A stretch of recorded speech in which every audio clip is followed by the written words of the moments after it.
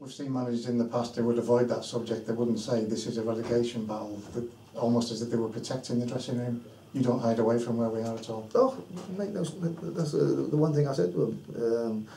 The best thing is that the players, they had their Christmas do.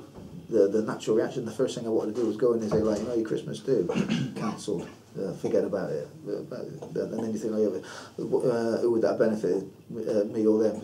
And I say, yeah, well, Christmas is cancelled this year. All he would have done, they would probably arrange it for another day. It would have given me some satisfaction. So, but what I did, so I went in my office, sat down for 10-15 minutes. No, it was longer than that. I waited until 6 o'clock, and then went, and then I had to go back in and say, look, before you go on your Christmas do, you need to remember we are in a relegation fight.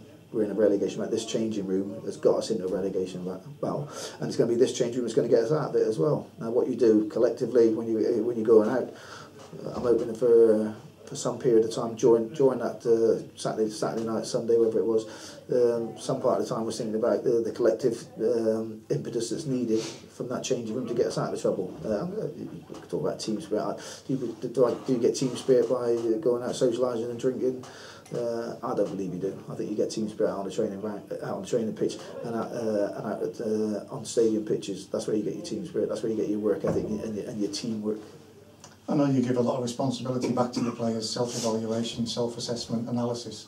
Is this week in particular a chance for them to do that away from the grass?